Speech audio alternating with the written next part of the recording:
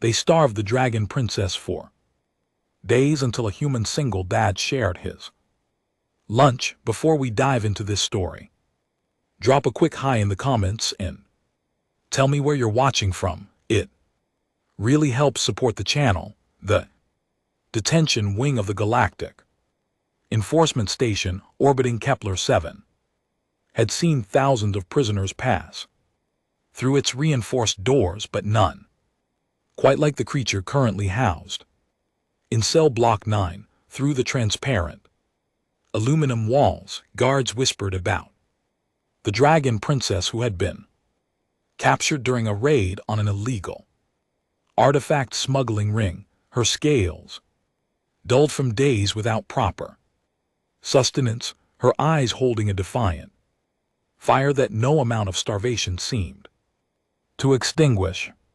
Nathan Brooks adjusted his maintenance card as he made his way down the corridor, the wheels squeaking against the polished floor. At 42 years old, he had seen better days and better jobs, but working as a janitor on a galactic enforcement station paid the bills and kept his daughter Emma in a good school back on Earth. The divorce had been rough, and shared custody meant he took whatever work allowed him to send money home while staying close enough to visit during his rotation breaks. Most humans who worked in space took glamorous positions as diplomats, scientists, or traders. Nathan cleaned floors and fixed broken dispensers, invisible to most of the alien species who passed through these halls. He had learned early in his tenure that invisibility had its advantages. People talked freely around janitors as if the person scrubbing the floors was deaf or simply didn't matter. He had learned more about galactic politics, smuggling routes, and interdepartmental corruption while emptying trash bins than most intelligence officers learned in their entire careers. He kept his head down, did his work, and tried not to get involved in things that were none of his business. But this morning, something felt different. The detention wing was quieter than usual. The normal complement of guards had been reduced to a skeleton crew, and those who remained seemed nervous, avoiding eye contact as Nathan wheeled his cart past them. He had worked in enough places to recognize the signs of something wrong. The particular tension that came when people were doing something they knew was morally questionable but were too afraid to stop. Cell block 9 loomed ahead, its entrance flanked by 2 Vorthan guards whose reptilian features were set in expressions of studied indifference. Nathan had cleaned this section before, though never when it housed anyone particularly important. The Vorans nodded at him curtly as he approached, one of them gesturing with a clawed hand toward the door release. Inside, the cell was larger than most, designed to house beings that didn't conform to standard humanoid dimensions, and there in the far corner was the dragon princess. Nathan had seen pictures of draconian royalty in the news feeds. They were magnificent creatures, their scales shimmering with iridescent colors, their wings capable of spanning 20 m when fully extended, their presence commanding respect and awe from all who encountered them. The being before him now bore little resemblance to those images. She was perhaps 5 meters long. From snout to tail, her body curled defensively against the cold metal wall. Her scales, which should have gleamed with shades of deep purple and silver, were dull and cracked in places, as if she hadn't had access to the mineral baths that her species required for proper health. Her wings were folded tightly against her sides, the delicate membrane between the bones struts torn in several places. But it was her eyes that caught Nathan's attention, large and golden with vertical pupils filled with a mixture of pain, defiance, and something he recognized all too well from his own mirror in the months after his divorce. Exhaustion. She watched him enter, her head lifting slightly from where it rested on her forelegs. Nathan could see the intelligent assessment in her gaze, the way she sized him up and apparently found him wanting. To her, he was probably just another cog in the machine that held her captive. He began his work, pulling out his cleaning supplies and starting with the floor near the entrance, giving her space. Cell was surprisingly clean, which meant she had been here long enough to run out of ways to make a mess. There was no food dispenser, no water source visible.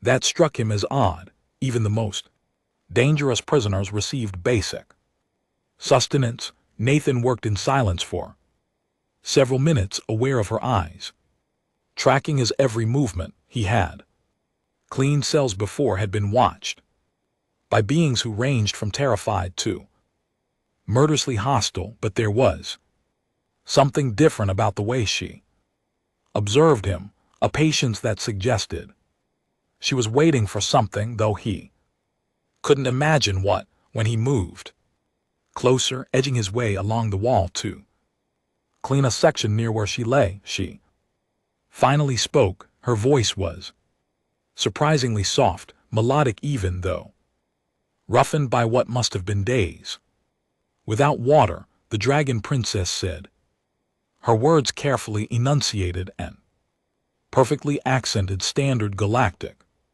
I did not expect them to send a human to bear witness to my degradation. Nathan paused in his work, glancing up at her. He wasn't supposed to engage with prisoners, but something about her tone, weary rather than accusatory, made him respond. I'm just here to clean, he said quietly. I'm not a witness to anything. She made a sound that might have been a laugh or a cough, her sides heaving slightly with the effort. Then you are remarkably unobservant for a sentient being. They have not fed me in 4 days. The water was cut off 2 days ago. This is not standard detention procedure, even for one accused of my alleged crimes. Nathan felt a chill run down his spine. He had known something was wrong, but hearing it stated so plainly made it real in a way his suspicions hadn't.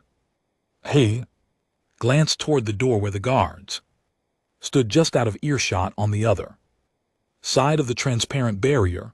Why would they do that? He asked, keeping his voice low. The dragon princess shifted slightly, her scales rasping against the metal floor. Because they hope I will be weak enough to sign their false confession when the interrogators return. Because the Vorin hegemony wants my father's mineral rights on Draconia Prime, and a disgraced princess makes for excellent leverage. Because in galactic politics, truth is less important than expedience. She fixed him with those golden eyes, and Nathan saw something in them that made his chest tighten. It was the same look Emma had given him when she was 8 years old, and the bullies at school had taken her lunch, too afraid to fight back, but desperately hoping someone would notice, someone would care.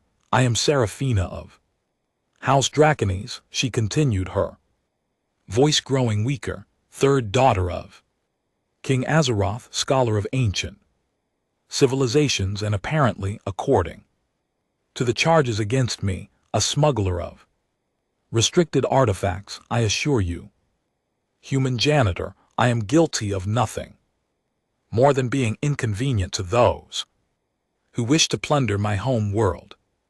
Nathan stood there, mop in hand, at a crossroads he hadn't expected to face on a routine cleaning shift. Every instinct, honed from years of keeping his head down, told him to finish his work and Leave, he had a daughter to think about.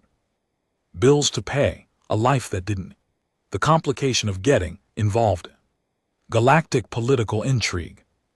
But he also had a conscience and the memory of every time someone had turned away when he needed help, every moment of desperation, when he had hoped someone, anyone would just see him as a person worth helping. He set down his mop and reached into his maintenance cart, pulling out the lunch bag he had packed that morning. It wasn't much, just a sandwich made from the synthetic ham they sold in the station commissary, an apple he had been saving, and a bottle of water. He had been planning to eat it during his break. In another hour, Nathan walked slowly toward Serafina, holding the bag. She could see it. She watched him approach with what looked like suspicion, her body tensing as if expecting a trick. I don't know anything about politics or mineral rights, Nathan said quietly, but I know what starvation looks like, and I know what it feels like to be powerless. This isn't much, but it's what I have. He placed the lunch bag on the floor between them and stepped back. Serafina stared at the offering as if it might be poisoned or booby-trapped. Her nostrils flared, and Nathan realized she was scenting the food, her instincts wearing with her suspicion. Why would you do this? She asked, her voice barely above a whisper. You risk punishment for aiding a prisoner. The guards will report you. You will lose your position, perhaps face charges yourself. Why would a human janitor sacrifice anything for a dragon? He does not know. Nathan thought about Emma, about the times he had skipped meals to make sure she had enough, about the neighbors who had quietly left groceries on his doorstep when money was tight, never asking for acknowledgement or thanks. He thought about the kind of man he wanted to be, the kind of father he wanted his daughter to see when she looked at him. Because it's the right thing to do, he said simply, and because everyone deserves basic kindness, no matter what they're accused of. Serafina regarded him for a long moment, then slowly, carefully, she extended her neck toward the lunch bag. Her movements were stiff, painful to watch, as if her muscles had cramped from days of minimal movement and dehydration. She nosed open the bag with surprising delicacy, her scaled snout pushing aside the wrapping until she could reach the water bottle. Getting the cap off proved challenging with her clawed hands, and Nathan found himself stepping forward instinctively. She froze, her eyes fixed on him with an intensity that reminded him she was, despite her weakened state, an apex predator. He moved slowly, carefully, taking the bottle and unscrewing the cap.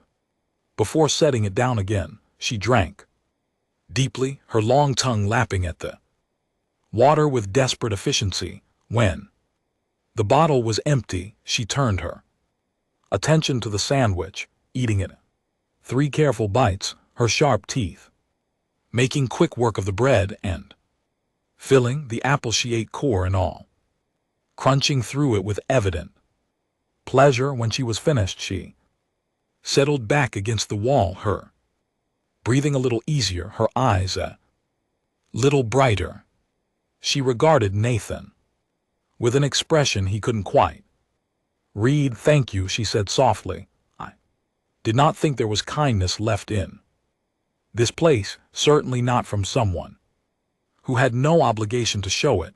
Nathan picked up his mop, trying to process what he had just done. The implications were starting to sink in. If the guards reported him, if the station commander found out, he could lose everything.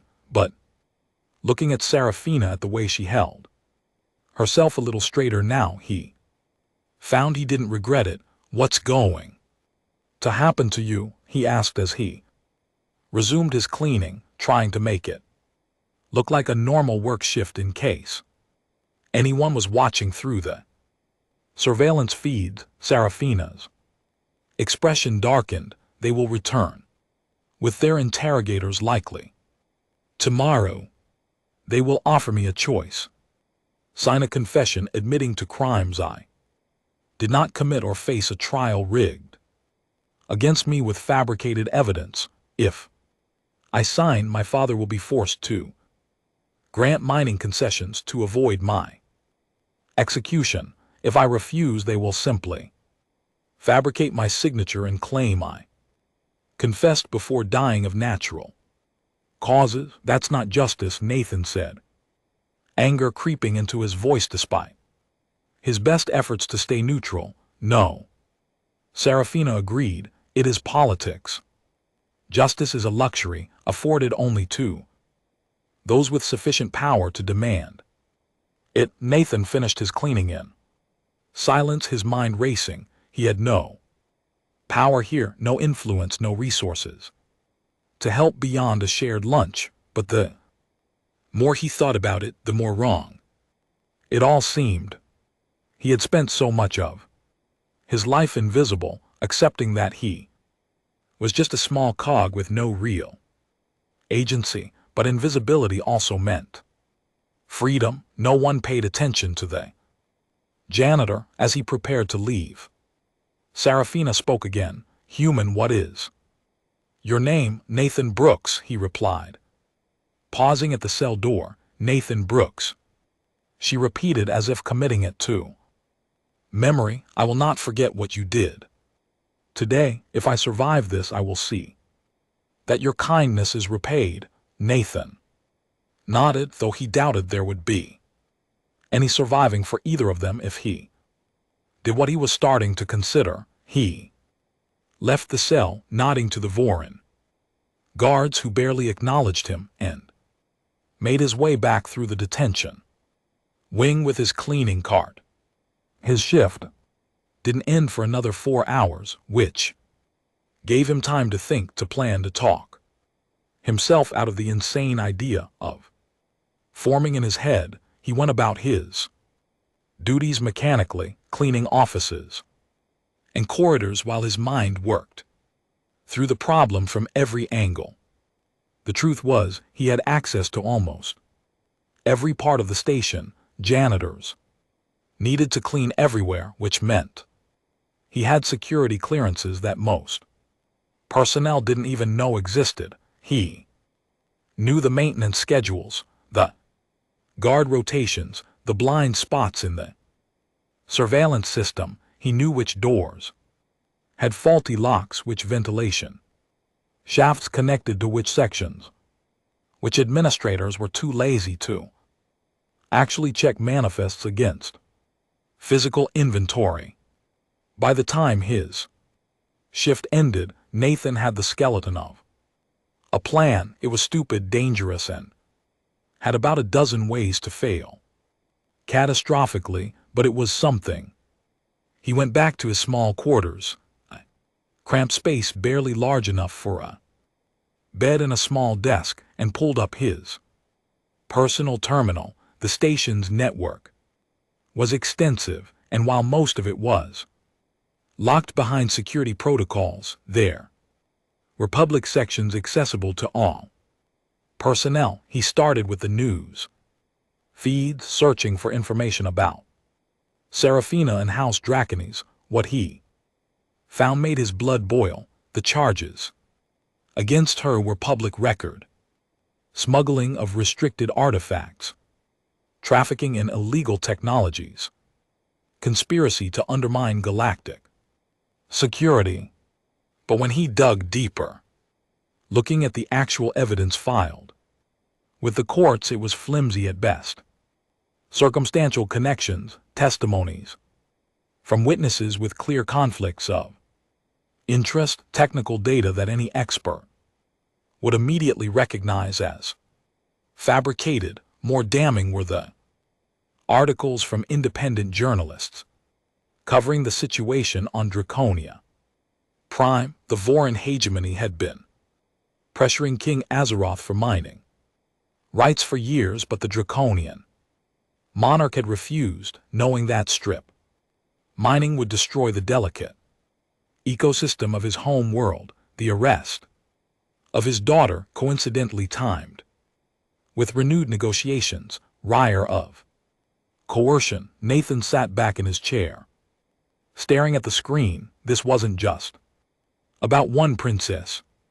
This was about an entire planet, an entire species being bullied by those with more military and economic power. It was the same story that had played out on Earth hundreds of times, the strong exploiting the weak, and no one willing to stand up because the cost was too high. He thought about calling Emma, hearing her voice, maybe getting some perspective, but it was the middle of her school day back on Earth. And besides, what would he say? Hey, honey, Daddy's thinking about committing treason to help an alien princess he just met. How was your math test? Instead, he pulled up the station schematics on his terminal, referencing them with the maintenance schedule and guard rotation data. If he was going to do this, he needed to be smart about it. The next morning, Nathan arrived for his shift 2 hours early. This wasn't unusual. He often came in early to avoid the crowds in the commissary and get a head start on his work. He clocked in, grabbed his card, and made his way to the detention wing, where the night shift guards were. Looking forward to being relieved, he had stopped by the commissary first, using almost all of his weekly credits to buy food, protein bars, dried fruit, bottled water, anything that would provide nutrition and was easy to transport. He had hidden it all in the bottom of his cleaning cart, covered with trash bags and cleaning supplies. The night guards nodded at him as he entered cell block 9. They were used to seeing him at odd hours. Cleaning happened around the clock on a station that never slept. He made his way to Serafina's cell, trying to keep his heartbeat steady, his expression neutral. She was awake, watching the door as if she had been expecting him.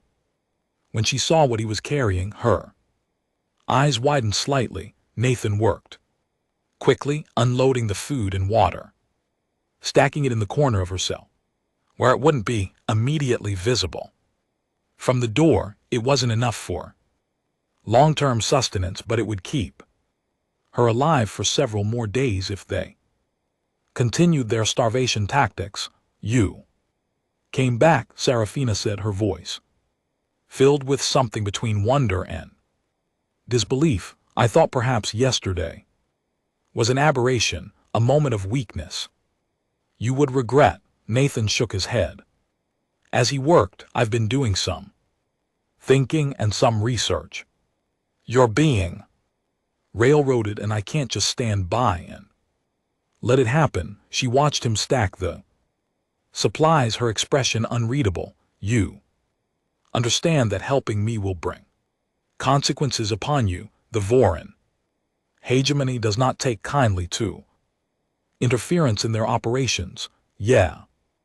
Well, Nathan said, straightening up and meeting her eyes, I've spent most of my life trying to play it safe, trying not to make waves, stayed in a job I hated because it was stable, didn't fight hard enough to keep my marriage together because conflict scared me, let other people make decisions about my life because I was afraid of the consequences of making my own. I'm tired of being afraid. Serafina tilted her head, studying him with those intelligent golden eyes. You have a child.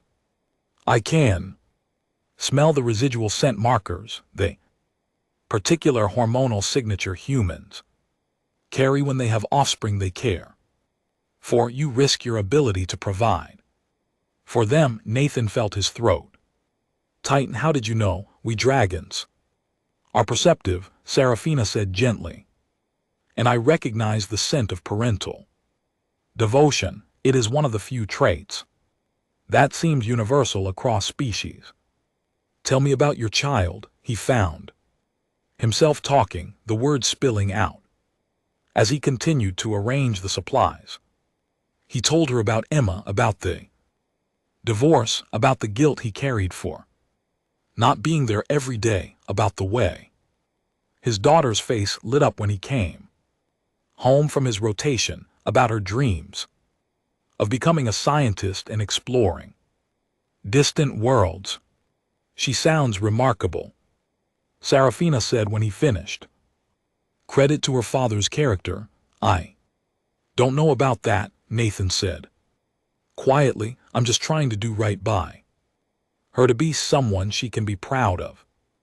Then you understand why I cannot sign their false confession, Serafina replied. My father has 3 daughters.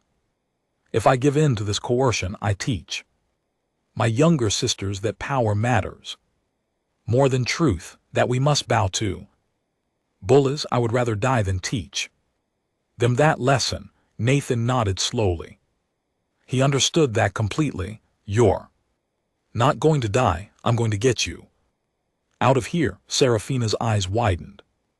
That is impossible. This station is a fortress. Even if you could somehow free me from this cell, where would I go? My ship was impounded. I have no allies here. The moment I left this room, alarms would sound and guards would converge. I know, Nathan admitted. That's why we're not going to sneak you out. We're going to make them let you go legally. Now Serafina looked genuinely confused. I do not understand. Nathan pulled out his personal terminal, showing her the screen where he had been compiling evidence. I've been digging into the case against you. The evidence is garbage, and any competent legal review would throw it out. The problem is the legal review board is stacked with Voron sympathizers, but there's another option. He scrolled through the data, showing her what he had found. According to Galactic Council protocols, any member species could request an independent tribunal review if they could demonstrate evidence of judicial corruption or procedural misconduct. The request had to be filed by a citizen in good standing with the council, and it had to include substantial documentation of the alleged misconduct. Humans are still relatively new to the council, Nathan explained, but we have full member status. I can file the request. I've been documenting everything. Starvation tactics, the lack of legal representation you've been afforded, the circumstantial nature of the evidence, the convenient timing of your arrest. It's not perfect, but it might be enough to trigger a review. Serafina stared at him. You would do this, risk not just your job, but potentially criminal charges for filing false reports. Reports aren't false, Nathan said firmly. Everything I'm documenting is true. They're starving you. They've denied you access to legal counsel. Evidence against you is circumstantial. At best, those are facts, but you are human, Serafina said, her voice tinged with something he couldn't quite identify. Your species is new to galactic politics. You have no power base, no allies among the major species. The Voron hegemony will crush you for this interference. Nathan felt a smile tug at his lips despite the seriousness of the situation. That's the thing about humans. We're really good at being underestimated. And we have this annoying habit of doing things just because they're right, even when they're stupid. He spent the next hour with Serafina, documenting everything she told him about her arrest, the interrogations, the threats that had been made. She was hesitant at first, clearly still uncertain about trusting him, but gradually she opened up, providing details that painted a damning picture of corruption and abuse of power. When he finally left her cell, Nathan's terminal was filled with testimony, dates, names, and procedural violations. It was enough. It had to be enough. He spent the rest of his shift in a state of nervous energy, going through the motions of cleaning while his mind raced through the next steps. Filing the tribunal request would take time, and he needed to make sure it was airtight. He also needed to figure out how to protect himself and, more importantly, how to make sure Emma would be taken care of if things went wrong. That evening, he drafted a message to his ex-wife Sarah. They didn't talk much outside of coordination about Emma, but he trusted her to do what was right for their daughter. He explained that he was involved in something that might get complicated, that there might be consequences, but that he needed to see it through. He set up an automated transfer of his savings to Emma's education fund to trigger if he didn't cancel it within 72 hours. It wasn't much, but it would help. Then he began compiling the formal tribunal request.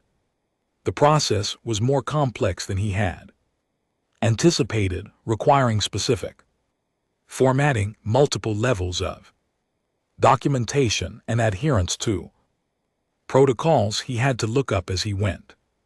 He worked through the night, surviving on coffee and determination, double-checking every citation, every reference to counsel law, every piece of evidence. By morning, he had a document that was 53 pages long, meticulously detailed and utterly damning. He read through it one final time, looking for any weaknesses, any places where his argument could be dismantled. Then, before he could second-guess himself, he submitted it to the Galactic Council's Judicial Review Board. The confirmation came back immediately. Request received. Review Board will assess within 48 standard hours. All related proceedings suspended pending assessment. Nathan slumped back in his chair, the adrenaline that had kept him going suddenly draining away. He had done it.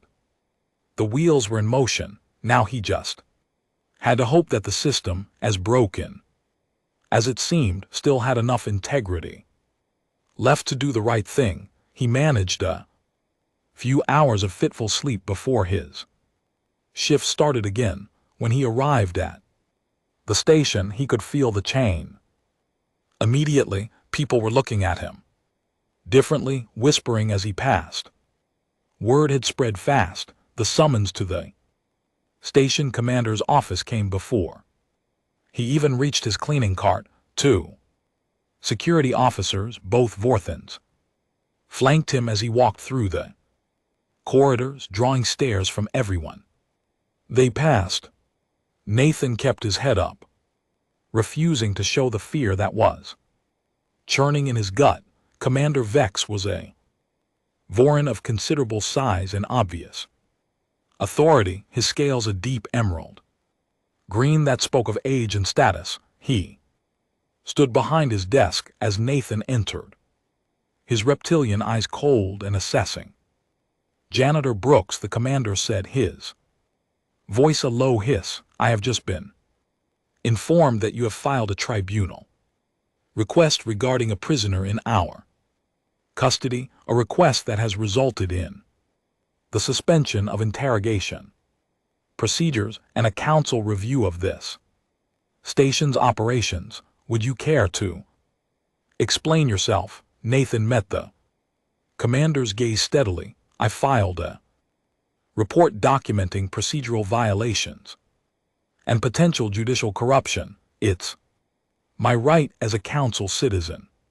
Your right, Commander Vex repeated, his tone dripping with disdain. You are a janitor, a human janitor. You clean floors, you empty trash receptacles, you Do not involve yourself in matters of galactic security and diplomacy. With respect, Commander Nathan said, keeping his voice level. I'm also a citizen with full rights under Council law. Those rights include reporting misconduct and requesting judicial review. Everything in my report is documented and factual. Commander Vex moved around his desk with surprising speed for someone his size. Looming over Nathan, you have made a grave error, human. The Voran hegemony does not take kindly to interference in our legitimate security operations. Princess Serafina is a criminal guilty of serious offenses against Council law. Then the tribunal review should confirm that. Nathan said, if the evidence is as solid as you claim, you have nothing to worry about. The commander's eyes narrowed. You are either very brave or very foolish. I suspect the latter. You do understand that filing false reports is itself a criminal offense, that you could face charges of obstruction, conspiracy, and treason. I understand, Nathan replied. I also understand that everything in my report is true. Princess Serafina has been denied food and water for days in an attempt to coerce a confession. She has been denied legal representation. The evidence against her is circumstantial. At best, these are facts, Commander, not opinions. For a long moment, Commander Vex simply stared at him, and Nathan could see the calculation happening behind those cold eyes. Finally, the commander stepped back. You are suspended from duty pending investigation, he said curtly. You will surrender your security clearances and confine yourself to your quarters. If you attempt to leave the station or interfere further with this matter, you will be placed in detention. Do I make myself clear? Perfectly clear, Nathan said. He was escorted back to his quarters by the same two security officers who took his terminal, his access cards, and even his cleaning cart. The door sealed behind him with an ominous hiss, and Nathan found himself alone with nothing but his thoughts and the clothes on his back. The next 48 hours were the longest of Nathan's life. He had no access to news feeds, no way to communicate with the outside world, no information about what was happening. With his tribunal request, he paced his small quarters, slept fitfully, and tried not to think about all the ways this could go wrong. He thought about Emma, wondering what she would think when she heard about this. Would she understand? Would she be proud of him for standing up for what was right, or would she resent him for risking their stability? He wanted to believe she would understand that he was teaching her the same lesson Serafina was trying to teach her sisters, that some things were worth fighting for, even when the cost was high. On the second day of his confinement, the door to his quarters opened. Nathan looked up, expecting security officers, perhaps come to take him to a detention cell. Instead, he found himself facing a being he had never seen before, a tall, slender figure with pale blue skin and 4 arms, wearing the formal robes of a Galactic Council Arbiter. Nathan Brooks, the Arbiter said, their voice musical and gender-neutral. I am Arbiter Lysander of the Council Judicial Review Board.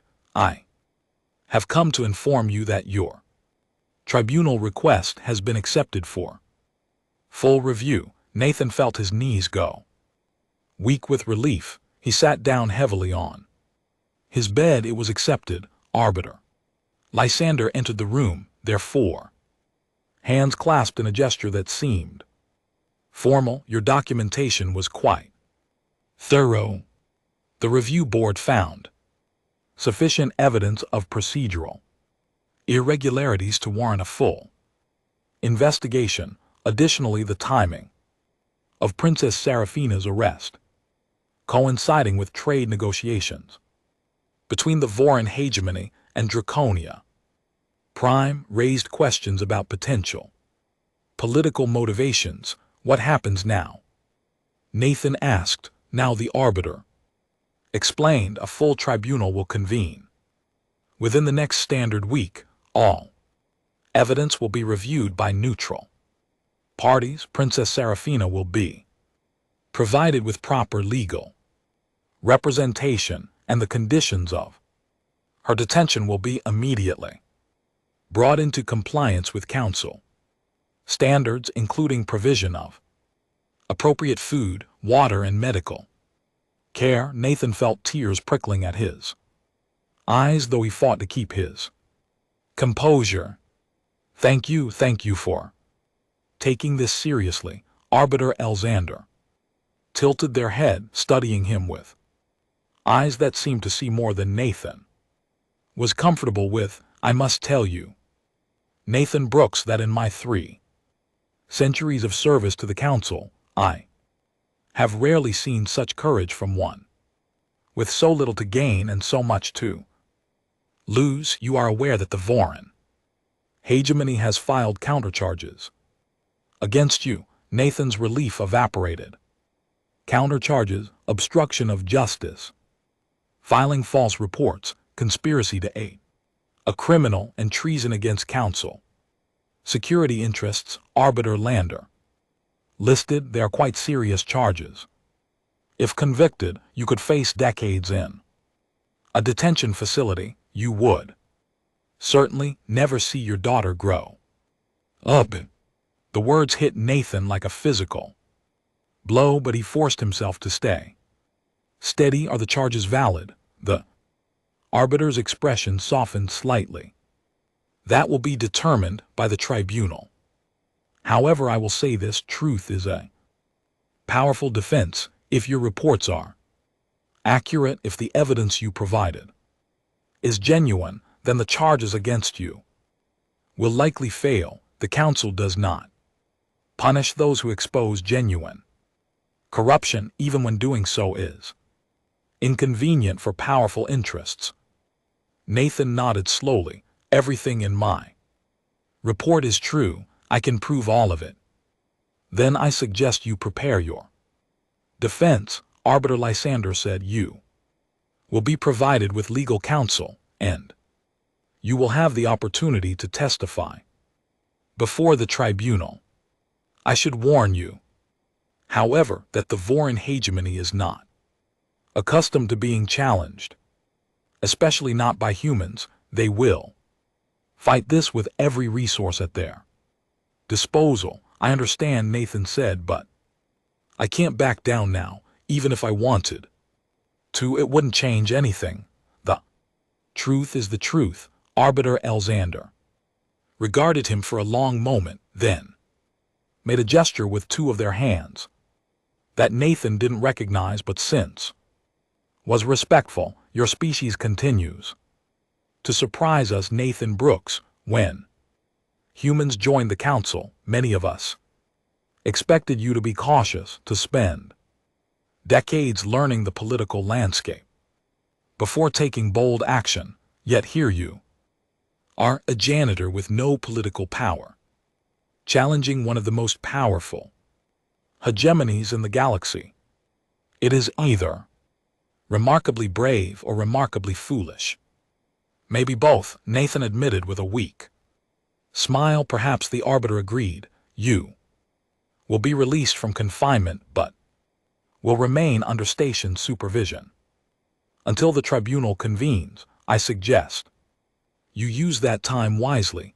After Arbiter Alexander left, Nathan was given back his basic access privileges, though his movements were still restricted. He couldn't return to work, couldn't leave the station, and was monitored constantly, but he could access public terminals, which meant he could research, prepare, and most importantly, Send a message to Emma. He sat in the station's public communication center, staring at the screen, trying to figure out what to say.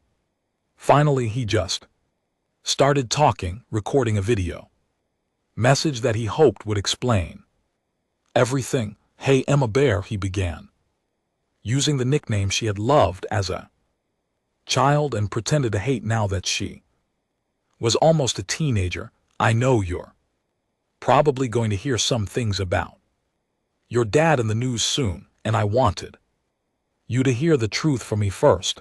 I did something that might seem crazy, but I need you to understand why." He told her everything about Serafina, about the starvation, about the corruption he had uncovered, about the tribunal request and the charges now filed against him. He tried to explain his reasoning, the moral imperative that had driven him to act, the values he hoped he had taught her. "I know this might be scary," he said, his voice catching slightly, "and I know I'm risking a lot, including my ability to be there for you the way I want to be, but I also know that if I had stayed silent, if I had just kept my head down and pretended I didn't see what was happening, I wouldn't be able to look at myself in the mirror, and I wouldn't be the father you deserve." He paused, collecting his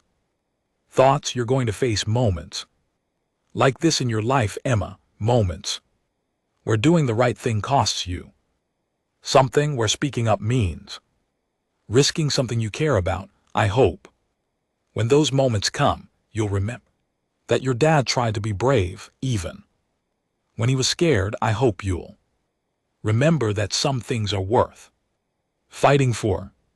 He sent the message, not knowing when or how Emma would respond, if she even could, given the station's communication restrictions, but saying it out loud, even just to recording, made him feel better, more certain that he had made the right choice. The next few days passed in a strange limbo. Nathan was provided with a legal counsel, a sharp-minded Kari lawyer named Advocate Thrin, who had experience with counsel tribunal cases. They spent hours going over Nathan's documentation, preparing testimony, and building the strongest case possible. Advocate Thrin was impressed with the thoroughness of Nathan's evidence, but cautioned him about the political realities they faced. The Voron hegemony wields considerable influence, the advocate explained during one of their preparation sessions. They have trade agreements with dozens of species, military alliances that span sectors, and economic leverage that can make governments hesitate to oppose them. This tribunal will not just be about the facts of the case, it will be about whether the council has the courage to hold a powerful member accountable. "Do you think we can win?" Nathan asked. Advocate Thran considered the question carefully. "I think we have truth on our side. Whether that will be enough is another matter entirely, but I will tell you this, cases like yours, cases where someone with no power challenges the system and wins, those are the cases that change things. They remind everyone that the council's laws apply to all, not just the weak." Nathan appreciated the honesty, even if it wasn't entirely reassuring. He continued to prepare, memorizing timelines, reviewing documentation, and trying to anticipate every argument the Voron prosecution might make. He also learned through carefully worded updates from Advocate Thran that Serafina was doing better.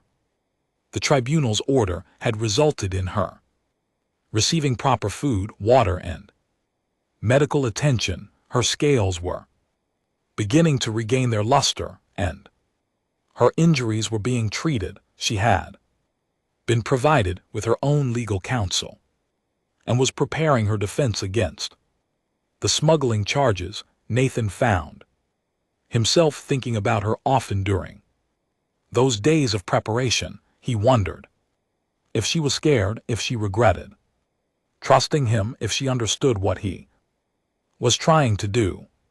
He hoped she knew that whatever happened to him, he didn't regret helping her. The day of the tribunal arrived with a finality that made Nathan's stomach churn. He was escorted by security officers to the tribunal chamber, a massive room designed to accommodate dozens of species with wildly different physiologies. The gallery was packed with observers, journalists, diplomats, curious station personnel, and representatives from various council member species. At the front of the chamber sat the Tribunal Council, 5 orbiters representing different galactic regions and species, including arbiter, lander. They were seated on a raised platform, their expressions grave and neutral. Nathan was directed to a witness stand on one side of the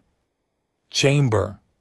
Across from him he could see the Vorin prosecution team led by a formidable-looking advocate whose scales bore the markings of military service, and in a secured section between them, flanked by her own legal team, was Serafina. She looked so different from the weakened, desperate creature he had first encountered. Her scales gleamed with their natural purple and silver iridescence. Her wings were properly folded against her sides, and her golden eyes were bright and alert. When their gazes met across the chamber, she inclined her head slightly in what Nathan recognized as a gesture of respect and gratitude. The tribunal convened with formal ceremony. Arbiter Lysander speaking for the council.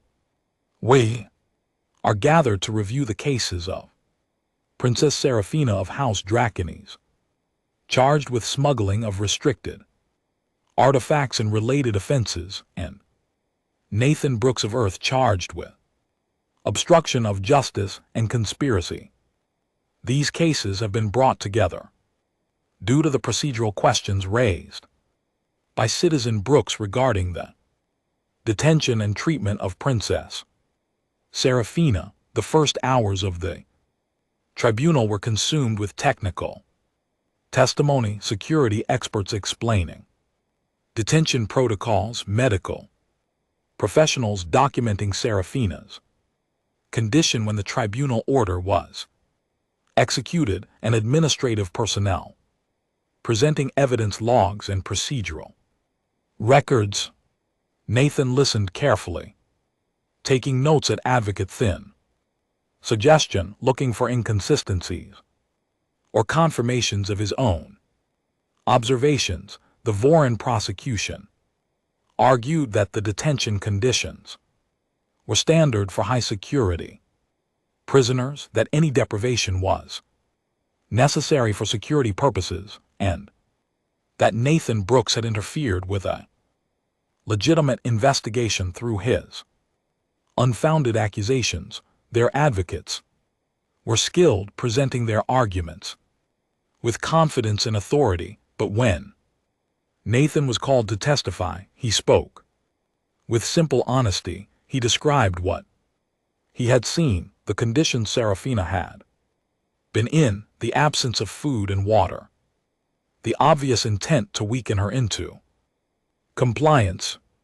He presented his documentation, timestamps, surveillance footage he had quietly copied during his cleaning shifts, testimony from other station personnel who had witnessed the conditions. Under cross-examination, the Vorin prosecutor tried to shake his testimony, suggesting he had romantic or political motivations for helping Serafina, that he was being manipulated, that his inexperience with galactic politics made him an unreliable witness. Nathan answered each question calmly refusing to be rattled. "Just a janitor," he said at one point. When the prosecutor was particularly aggressive, "I don't know about political maneuvering or diplomatic strategy, but I know what I saw. I know a person being systematically starved when I see it.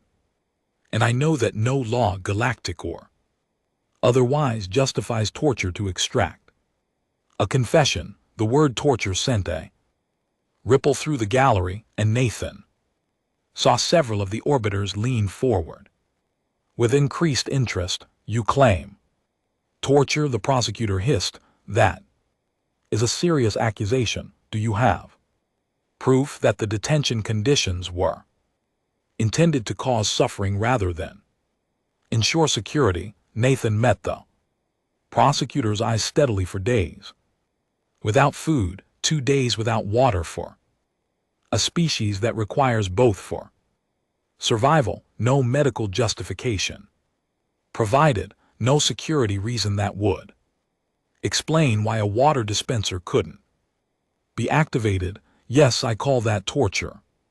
"What would you call it?"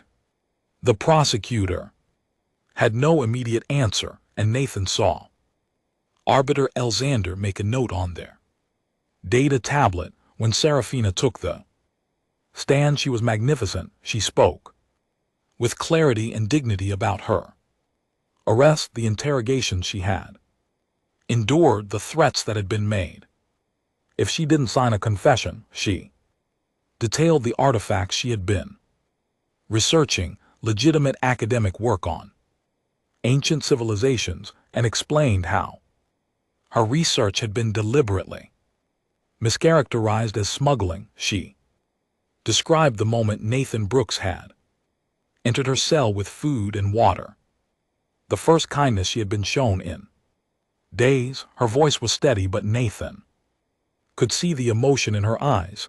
"I had resigned myself to death," she testified. "I had decided that I would not give my captors the satisfaction of breaking me, even if it cost me my life. And then this human, this janitor who owed me nothing, who risked everything by helping me, reminded me that there was still goodness in the universe. He reminded me that courage is not the province of royalty or warriors alone.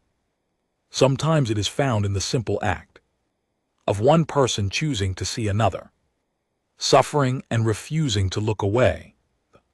Tribunal proceedings lasted 3 full days. Experts testified about the evidence against Serafina, with independent analysts systematically dismantling the prosecution's case, showing how data had been manipulated, how witnesses had been coerced, how the entire investigation had been designed to reach a predetermined conclusion. On the 3rd day, the tribunal counsel retired to deliberate. Nathan was returned to his quarters, where he waited with Advocate Thin, neither of them speaking much, both understanding that the next few hours would determine everything. When the summons came to return to the tribunal chamber, Nathan's hands were shaking. Advocate Thran placed a reassuring hand on his shoulder. As they walked, "Whatever happens," the advocate said quietly, "you have already accomplished something remarkable. You have forced the council to examine its own processes, to question whether power alone should determine justice. That matters." Nathan nodded, but his thoughts were on Emma, on the possibility that he had just sacrificed his future with his daughter for a principle he hoped it would be worth it.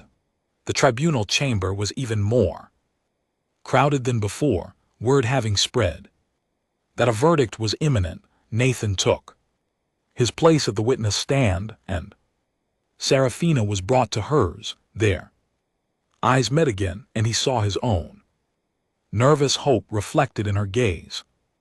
Arbiter Lysander stood, and the chamber fell silent. The tribunal has reached its decisions regarding both cases. Before us, the arbiter announced in the matter of Princess Seraphina of House Draconis, we find that the evidence presented by the prosecution is insufficient to support the charges. Moreover, we find evidence of procedural misconduct, including denial of legal representation, coercive detention, conditions, and manipulation of evidence. The gallery erupted in murmurs which Arbiter Elzander silenced with a raised hand. The charges against Princess Seraphina are dismissed with prejudice. She is to be released immediately, her property returned, and formal apologies issued by the detaining authority. Furthermore, the tribunal recommends a full investigation into the conduct of the officers and officials involved in her detention. Nathan felt relief flood through him, but it was immediately followed by tension as Arbiter Elzander turned to address his case in the matter of Nathan Brooks of Earth. The arbiter continued, we find that the charges of filing false reports and obstruction of justice are without merit. Citizen Brooks acted within his rights as a council citizen to report observed misconduct. His documentation was thorough and accurate. Far from obstructing justice, his actions served justice by exposing corruption and abuse of power. Arbiter Elzander paused in. Nathan could swear he saw the faintest hint of a smile on the arbiter's face. The council recognizes that it takes particular courage to challenge power when one has no power of their own. Citizen Brooks exemplifies the values upon which this council was founded, the belief that truth and justice matter more than political expedience, and that every citizen, regardless of species or status, has both the right and the duty to speak truth to power. The charges against Nathan Brooks are dismissed. Furthermore, the council formally commends him for his service to justice and awards him the Medal of Civic Courage, an honor rarely given but richly deserved. The chamber exploded into applause and excited chatter. Nathan sat frozen, unable to fully process what had just happened. He had expected at best to be found not guilty. He had never imagined commendation. Advocate Thrin was grinning beside him. Congratulations, Nathan, you've just made history. The next hours passed in a blur. Nathan was surrounded by journalists asking for statements, diplomats wanting to shake his hand, and station personnel who had previously ignored him now treating him like a celebrity. Through it all, he kept looking for Seraphina, wanting to make sure she was truly free, truly safe. He finally found her in a private conference room, surrounded by her own legal team and what looked like diplomatic representatives from Draconia Prime. When she saw him, she excused herself from the group and approached him with a grace that reminded him she was royalty despite everything she had endured. Nathan Brooks, she said formally, then her expression softened. Nathan, I owe you my life. I owe you more than that. You gave me hope when I had none, and you fought for me when no one else would. Nathan felt his face flush. I just did what was right. Anyone would have done the same. Seraphina's laugh was like music. No, Nathan, most would not have. Most would have kept their heads down, protected themselves, chosen safety over principle. You are remarkable, and I will spend the rest of my life ensuring that your courage is remembered and rewarded. Before Nathan could respond, a new figure entered the conference room, and everyone in the space immediately bowed or made gestures Of deep respect, Nathan found himself facing a massive dragon easily twice Seraphina's size, his scales a deep crimson shot through with veins of gold. His presence filled the room with an almost physical weight of authority and power. "Father," Seraphina said, her voice filled with joy and relief, "may I present Nathan Brooks of Earth?" "Nathan, this is my father, King Azeroth of Draconia Prime." The Dragon King studied Nathan with eyes that seemed to see into his very soul. "So this is the human janitor who saved my daughter and defied the Vorthan hegemony. You are smaller than I expected." Nathan wasn't sure if he should bow, salute, or simply stand still, so he settled for a respectful nod. "Your Majesty, I'm just glad Seraphina is safe." King Azeroth made a sound that might have been approval, just he says, as if challenging galactic powers is a minor matter. "Nathan Brooks, you have done my house a service that cannot be repaid. You have saved my daughter's life and exposed corruption that threatened my entire world. Name your reward, and if it is within my considerable power, it shall be yours." Nathan's mind reeled. A reward from a Dragon King. He thought about his debts, about Emma's education fund, about the possibilities that kind of wealth and power could provide. But when he spoke, the words came from somewhere deeper than calculated self-interest.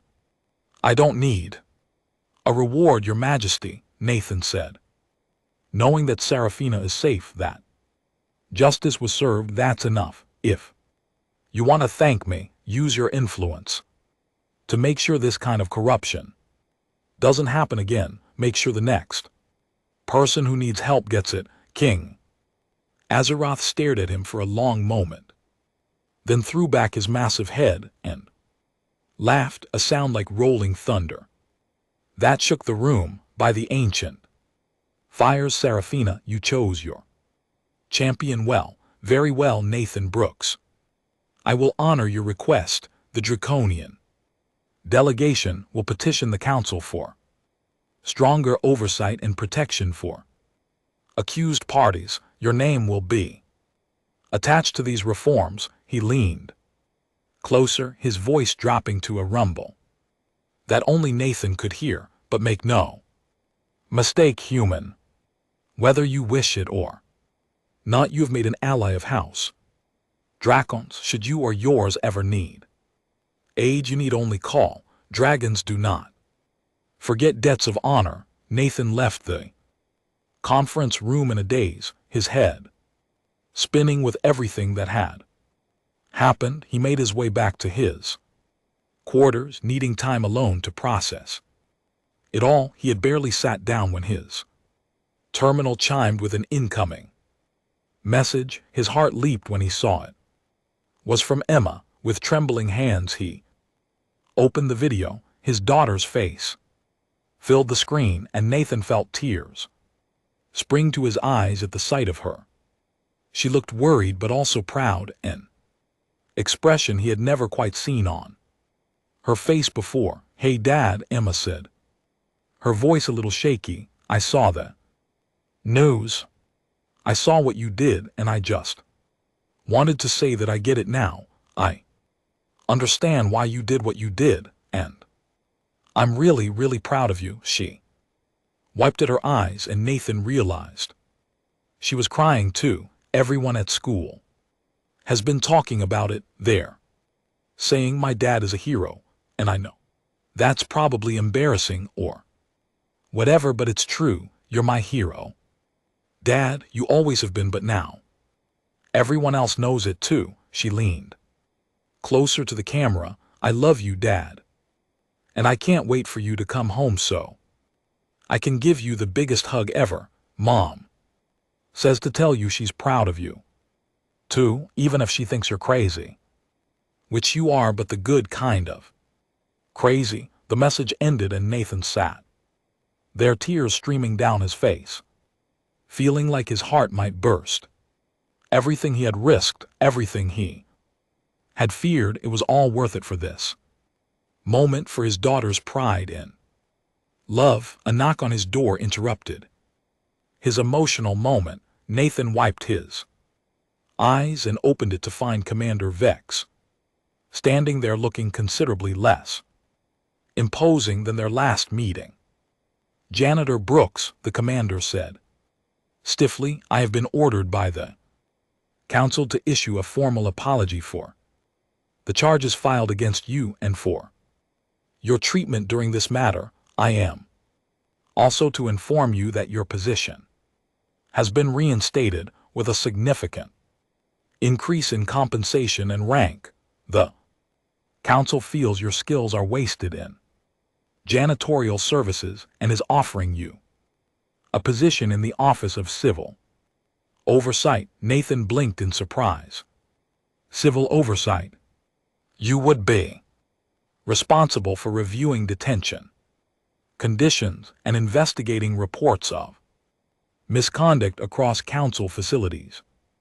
Commander Vex explained clearly, not happy about this turn of events, given your recent demonstration of attention to detail and willingness to report irregularities. The council feels you would be well suited to the role. Nathan considered the offer. It was a massive step up, the kind of opportunity that could change his life, but it would also mean more time away from Earth, from Emma. He thought about what he really wanted, what mattered most. "I appreciate the offer, Commander," Nathan said slowly, "but I think I'll stick with janitorial services, maybe with that pay increase, though, if the council is offering.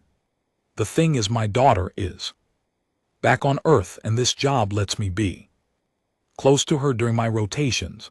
A desk job in civil oversight would mean more responsibility, more hours, less flexibility. I've already missed too much of her life." Commander Vex looked genuinely surprised. "You would refuse such an advancement?" Nathan smiled. "Commander, I just turned down a reward from a Dragon King. I think I can handle refusing a promotion. Some things are more important than career advancement, like being there when my kid needs me." The commander shook his head in what looked like disbelief, but didn't argue. "Very well, the offer remains open should you reconsider." And Brooks, his tone softened slightly, "What you did was either very brave or very stupid. I have not yet decided which, but it was also right. For what it is worth, you have my respect." After the commander left, Nathan returned to his quarters and drafted a response to Emma, telling her he loved her, that he would be home soon, and that he couldn't wait for that hug. He also messaged his supervisor, confirming he would return to his janitorial duties and asking about picking up some extra shifts to save for Emma's birthday, which was coming up in a few months. Over the next week's life slowly returned to a new normal. Nathan went back to cleaning floors and fixing dispensers, though now people knew his name and his story. Station personnel who had ignored him before now nodded in greeting. Some even stopped to chat to thank him for what he had done. The reforms that King Azeroth had promised began making their way through council committees. The Seraphina protocols, as they came to be known, established strict oversight for detention conditions, mandatory legal representation within 24 hours of arrest, and independent review of evidence in politically sensitive cases. Nathan's name was attached to the legislation as a contributor, ensuring his actions would have lasting impact far beyond one rescued princess. Seraphina visited him once before. Returning to Draconia Prime, she found him in a maintenance corridor replacing A faulty lighting panel. She waited patiently until he finished, then presented him with a small crystal pendant shaped like a dragon in flight. "This is a communication crystal," she explained. "It is keyed to my personal frequency. Should you ever need anything at all, activate it. And I will answer. You saved my life." Nathan Brooks, how Dracons does not forget. Nathan accepted the gift, touched by the gesture. "I'm glad you're okay, Serafina. I'm glad justice was served." She smiled, her golden eyes warm. Justice was served because one man chose to be brave, because one janitor looked at a starving prisoner and saw a person worth helping. You have changed my life, Nathan. You have changed the council itself. Never doubt the impact one person can have when they choose to do what is right. After she left, Nathan tucked the crystal carefully into his pocket and returned to his work. He had floors to clean, dispensers to fix, and a daughter waiting for him back home. Life went on as it always did, but now, with the knowledge that he had made a difference, that his choices mattered, that even the smallest person could stand up to injustice and win. Months later, when Nathan finally rotated back to Earth for his custody time with Emma, she met him at the spaceport with that promised hug, nearly tackling him with the force of her embrace. They spent his leave doing normal father-daughter things, going to movies, cooking meals together, talking about her school projects and his work. He told her stories about Serafina and the tribunal, about the friends he had made, and the changes happening across council space because of what had started with one shared launch. One evening, as they sat on the porch of his small apartment, watching the sunset, Emma leaned against his shoulder. "Dad," she said quietly, "when I grow up, I want to be like you." Nathan felt his throat tighten. "Emma, Bear, you can be anything you want. Scientist, explorer, diplomat, whatever makes you happy." She shook her head. "No, I mean I want to be someone who does the right thing even when it's scary, someone who helps people who need it, someone brave." Nathan wrapped his arm around her shoulders, pulling her close. "You're already all of those things, kiddo, and you're going to do amazing things with your life. Just remember, being brave doesn't mean not being scared. It means being scared and doing the right thing anyway." They sat in comfortable silence as the sun dipped below the horizon, painting the sky brilliant shades of orange and pink. Nathan thought about how his life had changed, about the paths not taken and the choices that had led him here. He thought about Serafina, hopefully safe and happy back on her home world. He thought about the reforms bearing her name, protecting countless others from the abuse of power, but mostly he thought about the girl leaning against his shoulder, the daughter who made every risk worthwhile, who gave every sacrifice meaning. He had been invisible for so long, just another janitor, cleaning floors and emptying trash, but invisibility had given him the freedom to act, and action had changed everything.